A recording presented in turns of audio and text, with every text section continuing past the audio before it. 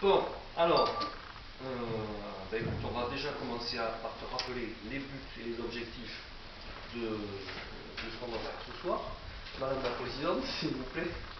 Eh bien, c'est de collecter ta mémoire par rapport au village de Fargues, ton arrivée à Fargues, ta vie à Fargues. Voilà, tout ce que tu pourras nous dire sur ce village et l'évolution de ce village. Et puis toi, bien sûr, de ta vie aussi au sein de ce village. Voilà. Et j'ai Jean-François qui va commencer d'ailleurs. Attends, avant ça, on a toute la partie administrative. Donc, comme tu l'as vu, il y a des enregistrements audio et vidéo. On va prendre des photos. Donc, pour ça, on est obligé d'obtenir ton accord parce que si jamais ce film ou ce photo, voilà. Si tu nous dis non, je ne veux pas que ma tronche soit exposée en photo, très bien, voilà. Ça dépend où. Ça dépend où. Voilà, parce que ces enregistrements, ça va nous servir. Tout ce que tu vas dire, on ne va pas pouvoir tout noter là, donc ça va être, on l'enregistre pour pouvoir après le reprendre. Mais si tu refuses que tous ces enregistrements soient diffusés, c'est de temps ou plein. Donc, on va te faire signer ce document par lequel tu le lis. Voilà. Alors, j'accepte les enregistrements audio pour les membres de l'association. J'accepte les enregistrements, j'accepte de continuer l'opinion personnelle. Si tu as des photos d'armée ou comme ça, et tu peux rêver. Non, c'est pas que je refuse, mais je me demande ce que je veux me confier. Enfin, moi, je regarderai. Okay, donne mon accord pour la diffusion d'enregistrement audio. Oui. Il n'y a rien de sensationnel. Si, je vais te dire. Pour une prise de rendez-vous. Alors, oui, si jamais on n'a pas suffisamment d'informations. Oui, non, mais voilà, ça c'est l'opérant. Ça, on verra. Si besoin, on verra. Voilà. Et le signe. Le stylo, il n'est pas bien. Non, Valérie, le stylo, il n'est pas en forme. Bon, alors, première question qui va nous fixer le chronologique de la suite. Ta date et ton lieu de naissance.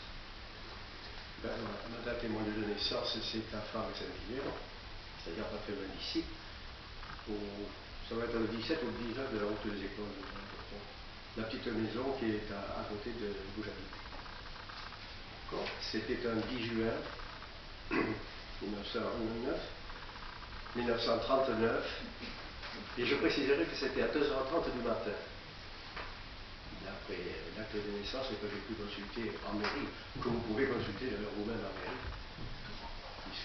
Je crois que notre ami Bruno s'en est chargé. Oui, et ça, les amitiés généalogiques sont parfaitement au courant, la personne de Bruno. Donc, à l'époque, on ne naissait pas à la clinique, donc je suis né sur une table de cuisine, d'après ce que m'avait dit ma mère. Et c'était notre ancienne mère, des médecins, le docteur Desjans, qui l'a fait bien. D'accord. Encore que, j'aurais presque pu me passer, entre guillemets, de ses services, toujours d'après maman, puisque quand il est arrivé, il n'a plus eu qu'un. Voilà, j'étais arrivé pratiquement.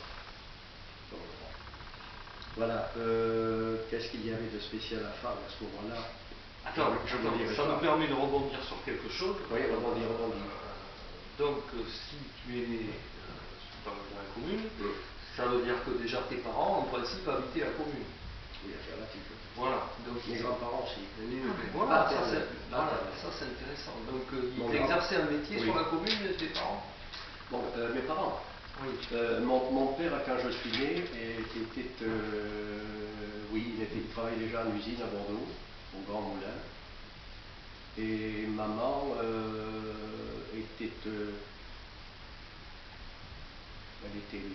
elle travaillait au bois menu, le domaine de bois menu, vous voyez ce que c'est, hein, c'est le Super U maintenant, c'est tout ça, qui appartenait à la famille Larieux, Madame Larieux étant d'ailleurs ma marraine par ailleurs.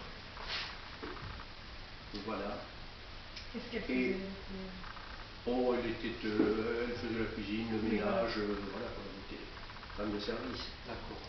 C'est-à-dire qu'ils ont été obligés de partir travailler à plus de 40 ans, puisque malheureusement ils étaient à la tête d'un cheptel, d'un troupeau de moutons qui, malheureusement également dans la nuit de c'était en 30 ou 31, mais toutes les brebis et les moutons ont brûlé, ce qui fait qu'il a fallu pas faire ça. C'est pour la petite histoire. Mes grands-parents étant venus des Pyrénées avec leur troupeau, non, mon arrière-grand-père, pardon, mon arrière-grand-père, mon grand-père était déjà à Fage. Il était venu, c'était la fameuse transhumance à l'époque, avec le troupeau, et ils se sont installés, c'était dans les années 1870, 72, quelque chose comme ça, si mes souvenirs sont bons. Il faudrait vérifier le travail de notre ami Bruno, puisque toutes les dates sont reprises. Voilà. Là c'est les grands-parents paternels. Oui, c'est du côté de mon père, ça. Ouais, d'accord. Donc, très bien. Donc, les parents habitent Fargues, toi tu es né donc autour des écoles. Comme mes 3 frères d'ailleurs. D'accord. Je suis le dernier d'une fratrie de 4 et tous les 4 garçons sont nés après, absolument. D'accord. Et tu nous disais que ton papa allait à l'usine à Bordeaux. Alors ça c'est intéressant parce que ça va nous permettre de partir sur notre piste. Et comment ils se rendaient à Bordeaux? Alors comme bon nombre de Farguais à l'époque... À son époque à lui? Oui. Il y avait un tramway.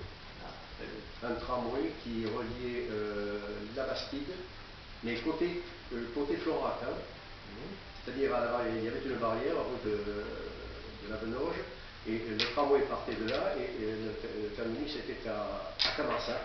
Le tramway voilà. Donc il prenait le tramway jusqu'à la Bastide, jusqu'à la barrière de la Benoge, et ensuite la cité Pinceau, vous traversez la barrière et vous avez cette grande cité là, c'était des marécages avant tout ça.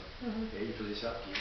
Comme bon nombre de Fargues, parce qu'il faut savoir qu'il y avait sur la rive droite, à l'époque, on quitte Fargues après un petit instant, il y avait énormément de boîtes et d'industries, les Grands Moulins, les Lanières, l'huilerie bordelaise, Motoplot, en fait, beaucoup de gens du coin allaient travailler là-bas.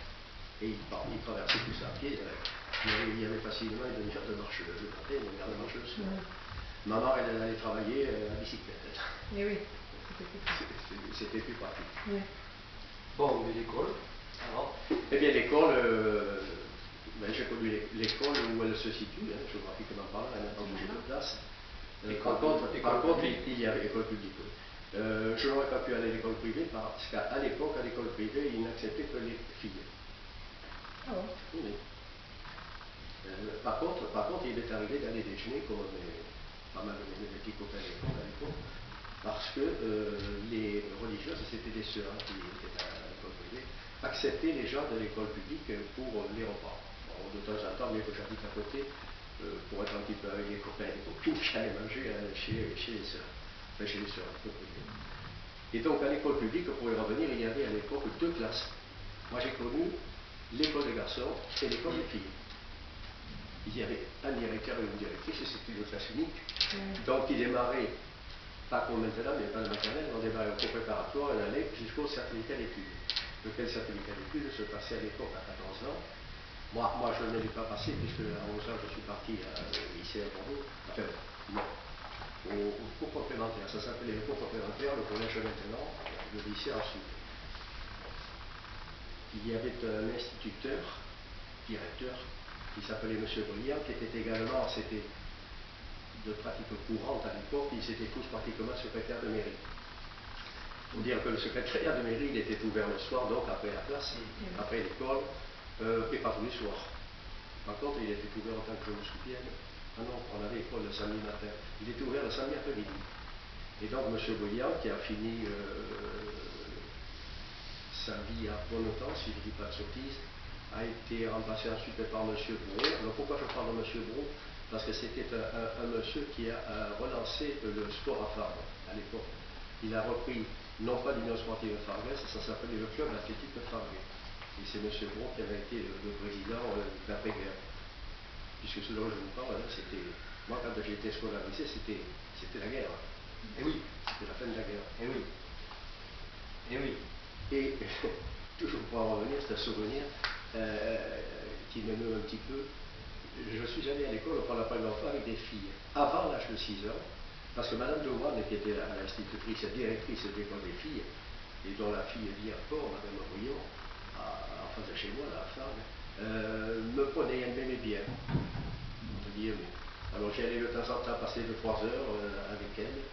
Et ça me rappelle des souvenirs parce que les jeunes filles de l'époque, on peut dire les jeunes filles, les jeunes ados, elles avaient 14 ans. Elles me prenaient avec elles. Et voilà. C'était le chouchou. Oui, j'étais un peu le chouchou. C'était le seul garçon. Exactement. Oui, mais ça c'était officiellement, je n'avais pas le droit. Hein. C'était Madame Doman qui gentiment venait me chercher. Et puis voilà. Elle habitait juste à côté de chez moi. Et donc il y avait, pour vous situer, l'école publique, la salle, je ne sais plus si c'est toujours pareil, il y avait la mairie. La mairie était située dans ce qui a servi de salle informatique. La mairie se situait là. Au-dessus, il y avait des appartements de fonction, où j'ai habité plus tard. Oui. On pourrait y revenir. Avec ma pauvre épouse. Oui, parce que la mairie était... Le monument aux morts était dans la cour de récréation. À la cour de l'école. Juste en face de la mairie. Oui, comme dans beaucoup de communes, tu avais la mairie et les filles et les garçons. On se prenait des pelles, là, on se prenait de bons coups là, contre les obus, les facsimilés d'obus, heureusement, parce que si ça avait été des vrais, et les chaînes de Bruno à Ducolette, ça, je pense, ouais, c'était une cour ombragée avec des c'était des tilleuls, c'était pas de sottise. Il devait y avoir dans chaque cour, filles et garçons, des préaux à chaque extrémité, préaux qui nous servaient pour faire le sport, corde 10, dans la corde 10. Et puis il y avait derrière, donc, derrière les appartements de fonction, il y avait des jardins des instituts, enfin de l'institut des instituts. Et le matin, non seulement il fallait allumer le poêle avec du bois l'hiver, et puis on allait faire un petit peu d'exercice. On jardinait pour le compte, si les parents de maintenant étaient sollicités à ce niveau-là, je pense que ça se passerait mal. Mais c'était gros, c'était bien. C'était la vie du village de l'époque, où il y avait, autant que je me souviens, 569 habitants. Ouais. Tu dis donc en quelle année? Ça, c'est le recensement d'après-guerre. Quand j'étais dans les cours d'après-guerre, 44, 45, 569 habitants. Et tu nous dis que tu allais au collège à Bordeaux. Alors pareil. Oui, je suis allé au collège à la Bastille. Moi, ça va m'intéresser aussi, ce qu'on a dit tout à l'heure, toujours par le tramway. Alors, au début, non. J'ai connu le tramway. J'ai connu le tramway jusqu'à l'âge de 9-10 ans, donc je n'étais pas encore à Bordeaux. Et on empruntait, je me souviens par exemple avec l'école, lorsqu'on allait à la foire exposition tous les ans, ou à la foire d'attraction, ou bien quelquefois lorsque j'allais en famille avec mes parents, on prenait le tramway jusqu'à la barrière de la Benoge, on traversait la voie de chemin de fer à pied et on reprenait notre tramway. Parce qu'à Bordeaux, il y avait le tramway également, à ce moment-là. Et quand je suis parti à l'école à Bordeaux, c'était avec le bus. C'était un bus, d'accord. Ouais, c'était un bus. Lequel bus, lui, ne nous laissait plus à la barrière de la Benoge, on allait jusqu'à la place du pont. De l'autre côté de Bordeaux, la place à Porte de Bourgogne. D'accord, il y avait un bus. C'était là. Oui. C'était les tramways du Libournais. La compagnie des tramways du Libournais. C'était un bus qui faisait le même itinéraire que le tramway, c'est-à-dire il allait jusqu'à Marsac. De l'autre côté, sur la 89 maintenant, il allait jusqu'à Béchar. Il a pris le relais du tramway, absolument. Et d'ailleurs, le tramway nous a laissé quelques vestiges. L'ancienne gare de Bacchus, c'était une gare.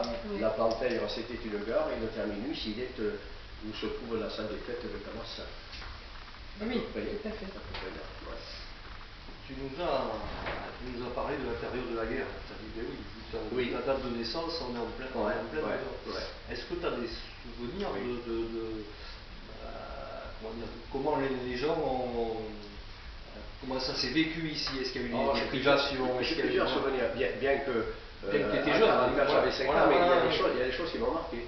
Mon premier chocolat, c'est un soldat allemand qui me l'a offert. D'accord. Et je me souviens de son prénom, c'était Joseph. Parce que au Vallon, ça a été occupé. Bien sûr, c'est ce que j'allais dire.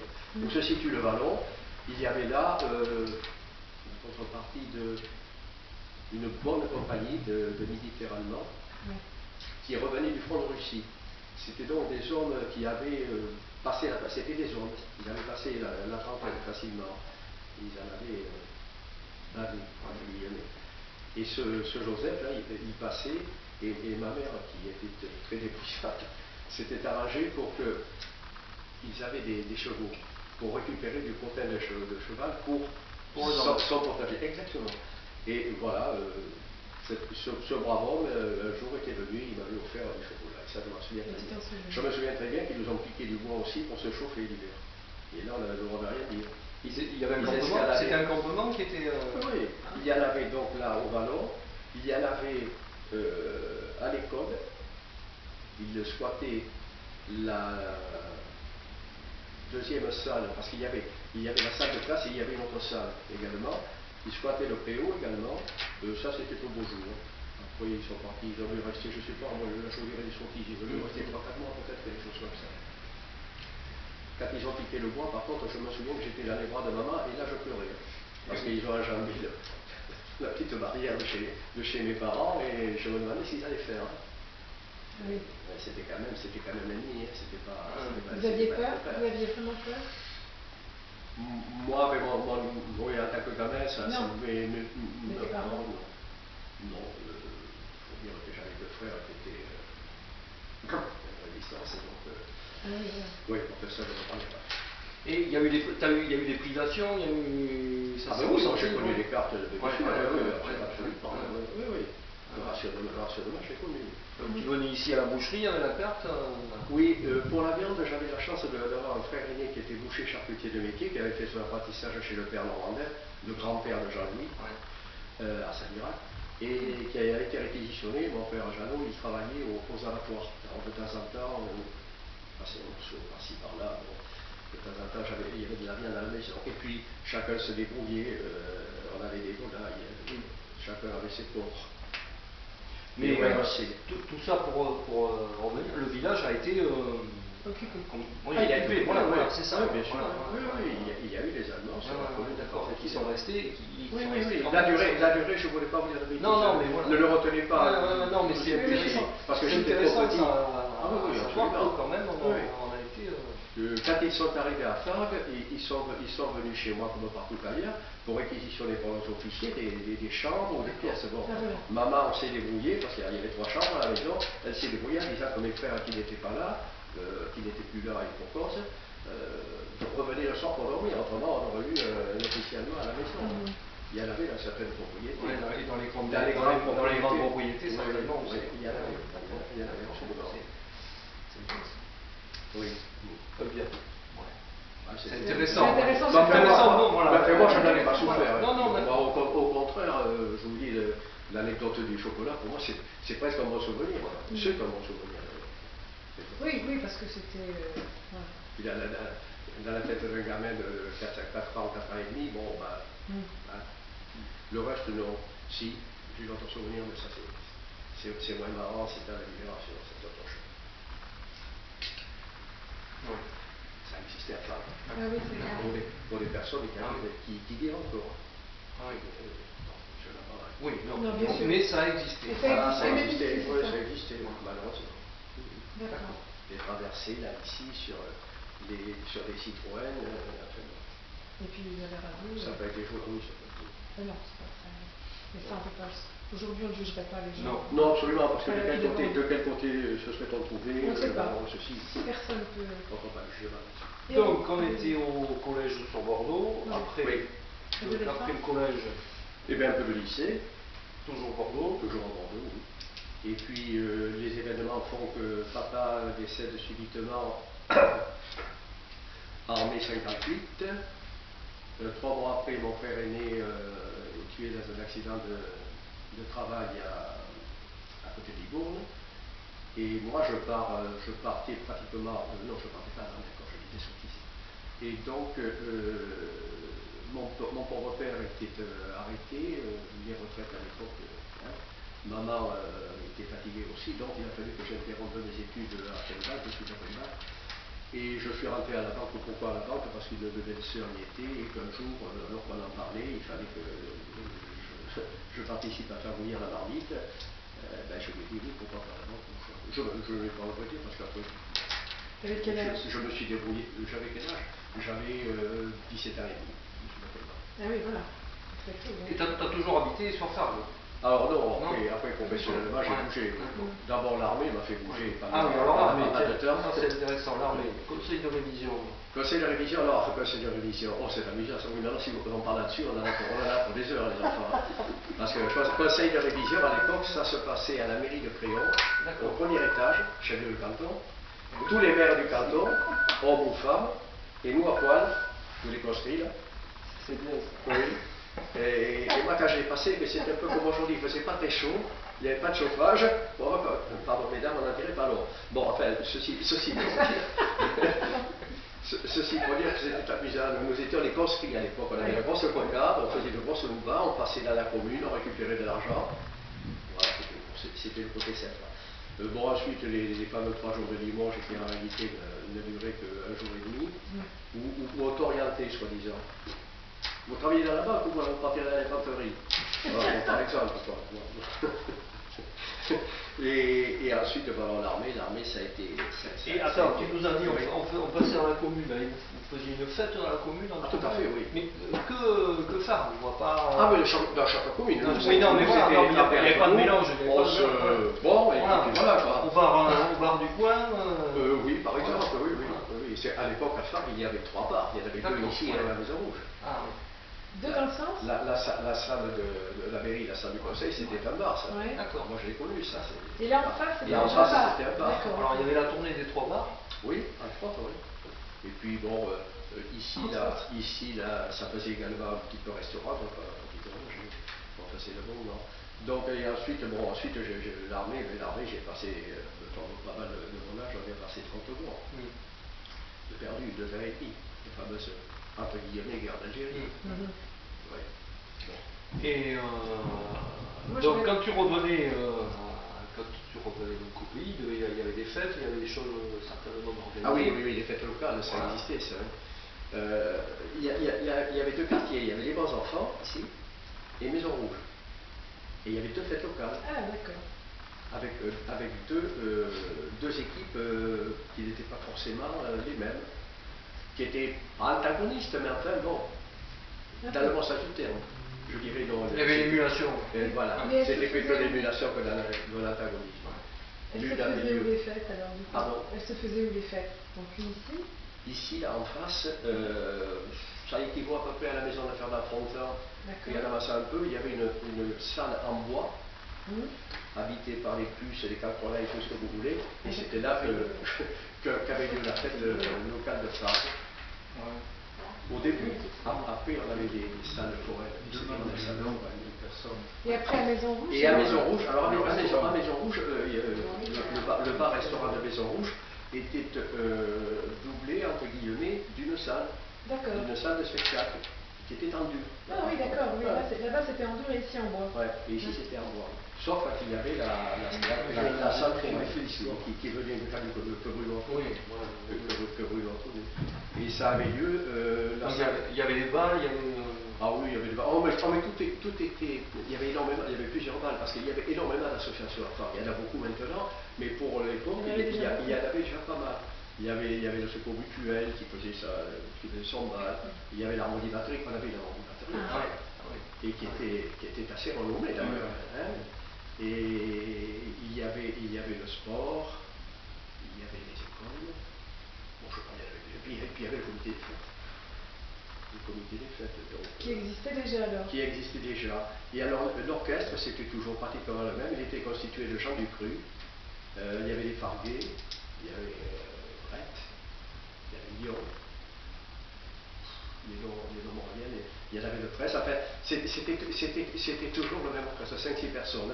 Il y avait un accordéon, c'était Pierre Aubourg, en bas de l'Irlande. Il y avait un saxo, c'était Lyon. Il y avait la clarinette.